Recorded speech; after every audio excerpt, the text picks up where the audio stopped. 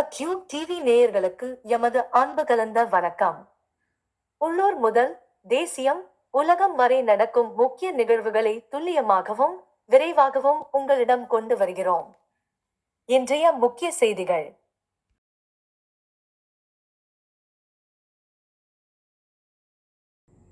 நடிகர் விஜய் நடித்துள்ளதாக கூறப்படும் ஜனநாயகன் திரைப்படம் வெளியீட்டுக்கு முன்பே இணையத்தில் கசிந்ததாக தகவல்கள் வெளியாகியுள்ளது. இந்த சம்பவம் திரைத்துறையில் பெரும் அதிர்ச்சியை ஏற்படுத்தியுள்ளது. படத்தின் முக்கிய காட்சிகள் மற்றும் முழு படம் சில இணைய தளங்களில் பரவி வருவதாக கூறப்படுகிறது. இதனால் தயாரிப்பாளர்கள் மற்றும் படக்குழுவினர் கடும் அதிருப்தி தெரிவித்துள்ளனர். இத்தகைய கசிவுகள் திரைப்பட வருவாய்க்கு பெரிய பாதிப்பை ஏற்படுத்தும் என்பதால் இதற்கு எதிராக கடுமையான நடவடிக்கை எடுக்கப்படும் என எதிர்பார்க்கப்படுகிறது.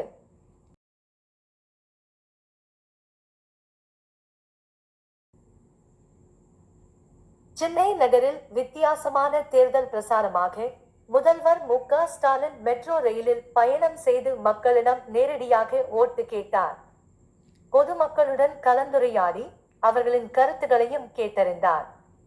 இந்த முயற்சி பயணிகளிடையே பெரும் வரவேற்பை பெற்றது. மக்களின் அன்பில் நனைந்தேன் என அவர் நெகிழ்ச்சியுடன் தெரிவித்தார்.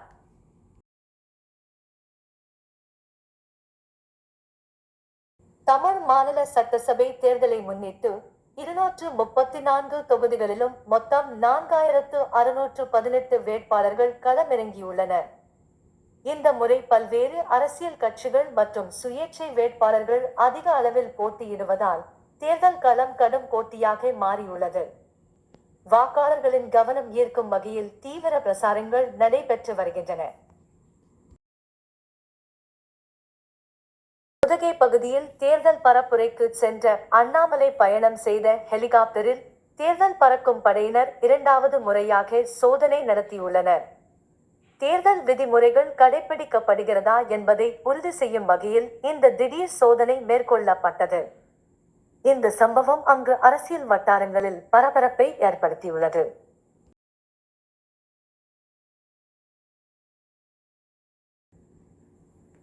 தமிழ் மாநிலத்தில் விவசாயிகள் பாதுகாப்பு சங்க உறுப்பினர்கள் மீது திராவிட முன்னேற்ற கழக உறுப்பினர்கள் தாக்குதல் நடத்தியதாக குற்றச்சாட்டு எழுந்துள்ளது. இந்த சம்பவத்தை கடுமையாக கண்டித்துள்ள நயினார் நாகேந்திரன், திமுகவின் கொட்டம் அடங்கும் காலம் வந்துவிட்டது என விமர்சித்துள்ளார். இந்த விவகாரம் அரசியல் வட்டாரங்களில் பரபரப்பை ஏற்படுத்தியுள்ளது.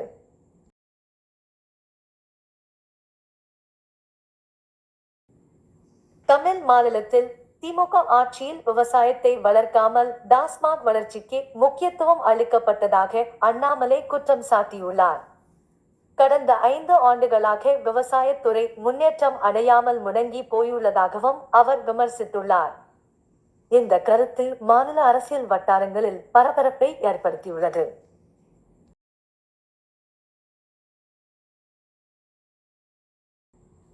புதுச்சேரியில் நடைபெற்ற வாக்காளர் சிறப்பு திருத்த பணிகள் மிகுந்த வெற்றியடைந்துள்ளன.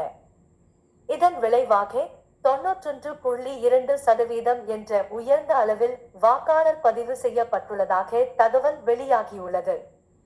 3 மாநில தேர்தல்களிலும் இல்லாத அளவிற்கு இந்த சாதனை பதிவாகியிருப்பது குறிப்பிடத்தக்கது.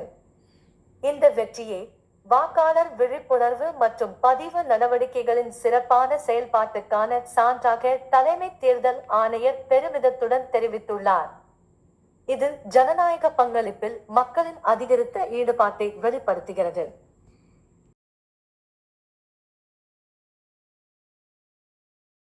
ஆறு வயதுக்கு உட்பட்ட சிறார்களுக்கு தனியாக ஆதார் அடையாள அட்டை வழங்க வேண்டும் என்ற கோரிக்கையுடன் உச்சநீதிமன்றத்தில் பொது நல மனு தாக்கல் செய்யப்பட்டுள்ளது.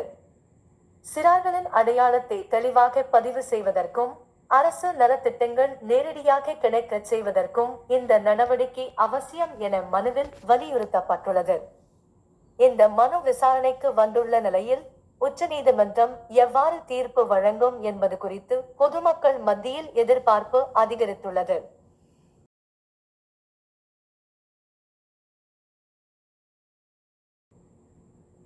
பீகார் மாநில அரசியலில் பரபரப்பை ஏற்படுத்தும் தகவலாக முதல்வர் நிதிஷ் குமார் மாநிலங்களவை உறுப்பினராக பதவியேற்க உள்ளதாக கூறப்படுகிறது. இதனைத் தொடர்ந்து அவர் விரைவில் முதல்வர் பதவியை ராஜினாமா செய்யக்கூடும் என அரசியல் வட்டாரங்களில் தகவல்கள் வெளியாகியுள்ளன. இந்நிலையில் பாஜக தலைமையில் புதிய அரசு அமைக்கும் சூழல் உருவாகி வருவதாக கூறப்படுகிறது.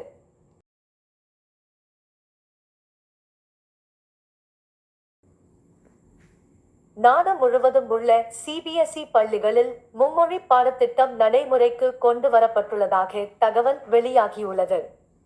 இந்த புதிய நடைமுறையின்படி உள்ளூரில் கிடைக்கும் பாட புத்தகங்களை பயன்படுத்தி மாணவர்களுக்கு உடனடியாக கற்பிக்க உத்தரவிடப்பட்டுள்ளது.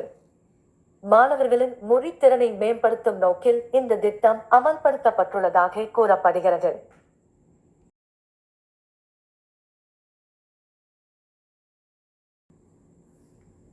இந்திய அரசியலமைப்பு சிந்தி மொழியில் மொழிபெயர்க்கப்பட்ட பதிப்பை சி.பி. ராதாகிருஷ்ணன் வெளியிட்டார்.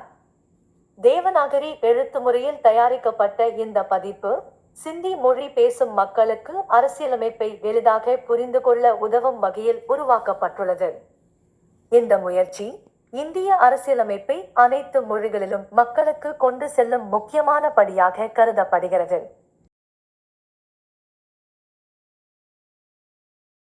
யமுனை ஆற்றில் நடந்த படகு விபத்தில் 10 பேர் உயிரிழந்துள்ளனர். இந்த சம்பவம் மதுரா அருகே இடம்பெற்றதாக தகவல்கள் தெரிவிக்கின்றன.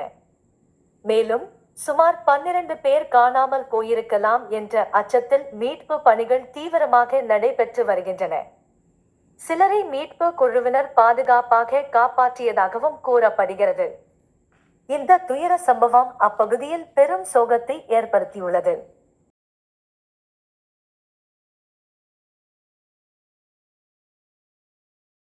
குஜராத் மாநிலத்தில் நேற்று காலை லேசான நிலநடுக்கம் ஏற்பட்டுள்ளது. இந்த நிலநடுக்கம் ரிக்டர் அளவுகோலில் 3.7 என பதிவாகியுள்ளதாக நேஷனல் சென்டர் ஃபார் சைஸ்மோலஜி தெரிவித்துள்ளது. இந்த அதிர்வு லேசானதாக இருந்ததால் பெரிய சேதங்கள் எதுவும் ஏற்பட்டதாக தகவல் இல்லை. எனினும் சில பகுதிகளில் மக்கள் அச்சமடைந்தனர்.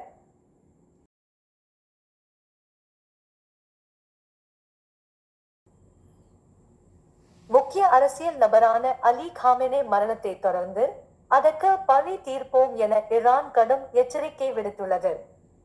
மேலும் உலக வர்த்தகத்திற்கு முக்கியமான ஸ்ட்ரெய்ட் ஆஃப் ஹார்முஸ் நீரிணையை இனிமேல் தாங்களே நிர்வகிப்போம் என ஈரான் திடீரென அறிவித்துள்ளது. இந்த அறிவிப்பு சர்வதேச அளவில் பெரும் அதிர்ச்சியை ஏற்படுத்தியுள்ளது. குறிப்பாக எண்ணெய் வர்த்தகம் மற்றும் பாதுகாப்பு சூழ்நிலைகளில் பெரும் தாக்கத்தை ஏற்படுத்தக்கூடும் என நிபுணர்கள் எச்சரிக்கின்றனர்.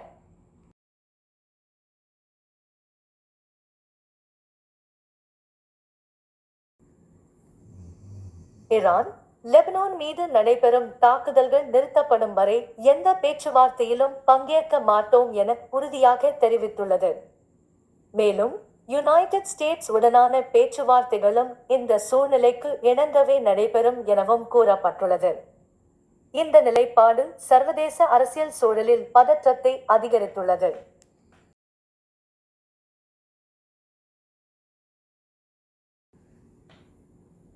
ஜிம்பாப்வே நாட்டில் கடுமையான வறட்சி நிலவி வரும் நிலையில் ரஷ்யா 117 டன் மனிதாபிமான உதவிகளை வழங்கியுள்ளது. உணவு மற்றும் அத்தியாவசிய பொருட்கள் அடங்கிய இந்த உதவி பாதிக்கப்பட்ட மக்களுக்கு முக்கிய ஆதரவாக அமையும் என தெரிவிக்கப்பட்டுள்ளது.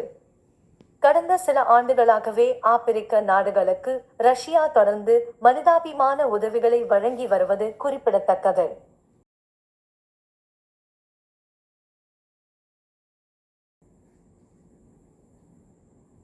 ஈரான் நாட்டின் முன்னாள் வெளியுறவுத்துறை மந்திரி கமல் கராஜி யுனைடெட் ஸ்டேட்ஸ் தாக்குதலில் ஏற்பட்ட காயங்களால் உயிரிழந்ததாக தகவல் வெளியாகியுள்ளது. கடந்த மாதம் தெஹ்ரான் உள்ளிட்ட முக்கிய பகுதிகளில் நடைபெற்ற தாக்குதலின் போது அவர் காயமடைந்திருந்தார். இந்த சம்பவம் சர்வதேச அரசியல் சூழலில் மேலும் பதற்றத்தை அதிகரித்துள்ளது.